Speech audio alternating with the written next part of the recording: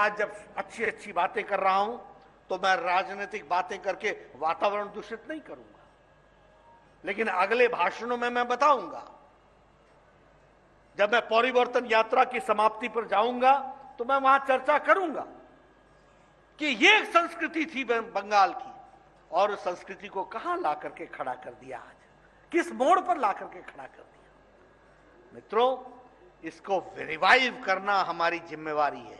The pride of Bengal has to come back, that सोमार Bengal has to come back, that Bengal which led the country that has to come back, और उसके लिए हम प्रयासरत होंगे, यह हम आपको जरूर कहना चाहते हैं।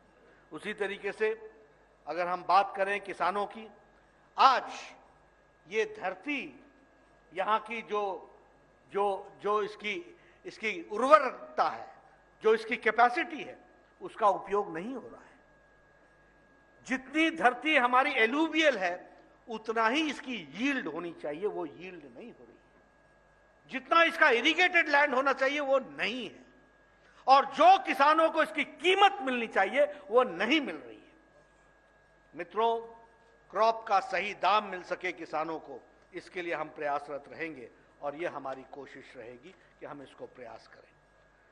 जब मैं आपसे सुझाव मांगता हूं तो मैं किन बातों के लिए सुझाव मांगता हूं? आपसे मैं सुझाव मांगता हूं कि यहां पर आर्थिक जगत में पुश कैसे दिया जा सके। अगर ब्रिटिशर्स ने आकर के बंगाल को देखा कि this is an industrial town, this is an industrial area, यहां पर इंडस्ट्री का विकास की संभावनाएं हैं, उसके बाद जिस तरीके से इंडस्ट्री फ्लश की, जब आजादी मिली तो बंगाल इंडस्ट्रियल एरिया की दृष्टि से किस तरीके से आज बढ़ा था, और आज धीरे धीरे पिछले 60-70 सालों में एक एक इंडस्ट्रीज ने अपनी इन्वेस्टमेंट यहां से हटा ली। ये सूखा पड़ गया। हमको विचार करना पड़ेगा कि ये क्यों हुआ और इसको हम कैसे रिवाइव कर सकते हैं। और प्रधानमंत्री मोदी जी इस बात के लिए कटिबद्ध हैं कि पश्चिम अगर विकसित हुआ है तो पूर्व को भी पूरा विकास करना है और मुख्य धारा में शामिल करना है। इस बात के लिए हम कटिबद्ध हैं। इसलिए हम कैसे इंडस्ट्रियल पुश दे सकते हैं, कैसे हम एग्रीकल्चर पुश दे सकते हैं, कैसे हम इकोनॉमिक पुश दे सकते हैं, और कैसे हम स्वास्थ्य के दृष्टि से, मुझे दुख होता है, मैं स्वास्थ्य मंत्री था, यहां डेंगू फैला, हमको डेंगू की रिपोर्टिंग ही नहीं दे रही थी सरकार। यहां लोग डेंगू से जाने गंवा रहे थे। मैं स्वास्थ्य मंत्री की दृष्टि से ममता जी से पूछता था, give me the reporting of dengue. वो डॉक्टरों को धमकी देती थी कि यहां से कोई रिपोर्टिंग नहीं होनी, और हमारे को रिपोर्टिंग नहीं हो रही। आप बताओ, national centre for disease control हमारे पास, आप बताओ कि हर तरीके से डिजीज को कंट्रोल करने की व्यवस्था हमारे पास। मैं टीम भेजना चाहती हूं, मैंने टीम भेजी थी, अभी कोरोना में भी टीम भेजी थी, आपने उनको गेस्ट हाउस से बाहर नहीं निकलने दिया। यह बंगाल की जनता के साथ अन्याय। ये हेल्थ को पुश देने की जरूरत है। आप बताइए, कोरोना में यहां पर टीम आई थी कि नहीं आई थी? सेंट्रल टीम आई थी कि नहीं आई थी? आप बताइए, डेंगू के लिए यहां टीम हमने भेजी थी कि नहीं भेजी थी? आपने उनको एक तरीके से कैद कर दिया रेस्ट हाउस में और सर्किट हाउस में, और वो भी सेंट्रल गवर्नमेंट के सर्किट हाउस में, सेंट्रल गवर्नमेंट के जो संस्थान है उनके गेस्ट हाउसेस में, और कहा आप आराम करो और जाओ वापस, हम आपको कोई रिपोर्टिंग नहीं करेंगे। मित्रों, मैं आपसे हेल्थ के दृष्टि से सुझाव चाहता हूं। आयुष्मान भारत तो हम लागू करेंगे ही करेंगे, लेकिन बंगाल, अगर बंगाल हेल्थ में पिछड़ा रहेगा तो देश कैसे आगे बढ़ेगा? इसलिए बंगाल को हेल्थ के दृष्टि से भी पुश देने की जरूरत है।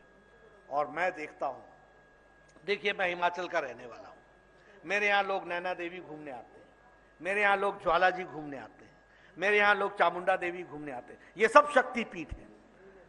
छोटा सा प्रदेश, रिलीजियस टूरिज्म, और बंगाल जहां हर शहर, हर गांव किसी न किसी टूरिज्म के, रिलीजियस टूरिज्म से जुड़ा हुआ है, तब भी यहां टूरिस्ट नहीं आ पा रहे हैं।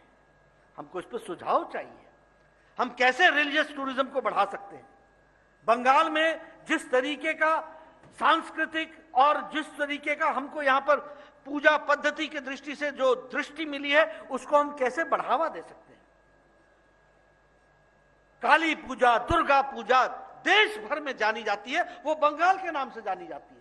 उसकी आइडेंटिफिकेशन बंगाल के साथ होती है, और बंगाल उससे वंचित रह जाए, ये हम कभी बर्दाश्त नहीं करेंगे। इसलिए मैं चाहूंगा कि ये सुझाव भी आए और बंगाल रिलीजियस टूरिज्म में भी आगे बढ़े। इसी तरीके से हम उसको बढ़ाने का प्रयास करेंगे। अब देखिए चाय के बागान, आप बताइए दुनिया में चाय के बागानों की दृष्टि से हम लोगों ने सारी चीजों को देखा है कि नहीं देखा है, और हमारा नाम है कि नहीं है। प्रधानमंत्री मोदी जी ने 1000 crore rupees for the people of the tea gardens के लिए दिया है। हमको सुझाव चाहिए, चाय बागानों में काम करने वाले लोगों के बच्चों की शिक्षा कैसे उत्तम हो सकती है, उनका स्वास्थ्य उत्तम कैसे हो सकता है, उनको नौकरियों में समावेश कैसे किया जा सकता है, उनको चाय के बागानों में काम करते हुए अच्छी सुविधाएं कैसे दी जा सकती है। 1000 करोड़ हैव बीन गिवन इस बजट में, 1000 करोड़ रुपए। सुझाव चाहिए कि वह धरती पर कैसे लगे और कैसे वो कट मनी से बचे, इसकी भी हमको सुझाव चाहिए। ये भी हमको चिंता करने की जरूरत है। कैसे टोलाबाजी से बचे, इसकी भी हमको चिंता करनी चाहिए। इसके बारे में भी हमको बचाव करना चाहिए, और रास्ता आप ही बताएंगे, क्योंकि कट मनी आपको ही देना पड़ता है, उसको कट आप ही करेंगे। इस बात का भी हमको सुझाव चाहिए होगा। ये मैं आपसे जरूर शेयर करना चाहता हूं। मित्रों, अगर मैं बात करूं केंद्र सरकार की योजनाओं की, आप देखिए अगर स्वच्छ भारत अभियान हमने लागू किया तो लोग हंसे, क्या प्रधानमंत्री मोदी जी लाल किले के प्राचीर से स्वच्छता की बात कर रहे हैं।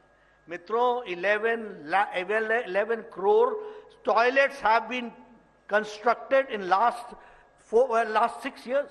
11 करोड़, 11 करोड़ टॉयलेट्स बने हैं, और वेस्ट बंगाल में 1.4 करोड़ बने हैं। Do you know what is the meaning of these toilets? Number 1, it is the empowerment of women. आप सोचिए, हमारी बहनों को गांव में अपने दैनिक नित्य क्रम के लिए सूर्योदय और सूर्यास्त का इंतजार करना पड़ता था। एम आई राइट? क्या मैं सही बोल रहा हूं? क्यों? क्योंकि वो बाहर जा नहीं सकती थी। आप बताइए, 1 करोड़ 40 लाख टॉयलेट्स वेस्ट बंगाल में बने, 11 करोड़ देश में बने, और 11 करोड़ में अगर 1 करोड़ 40 लाख बंगाल का हिस्सा है, तो आप समझ सकते हैं कि महिलाओं के साथ कितना अन्याय हो रहा था। 1 करोड़ 40 लाख घरों में टॉयलेट बना है, तो 1 करोड़ 40 लाख घरों की महिलाओं का एम्पावरमेंट हुआ है। इस बात को हमको समझना चाहिए, सशक्तिकरण।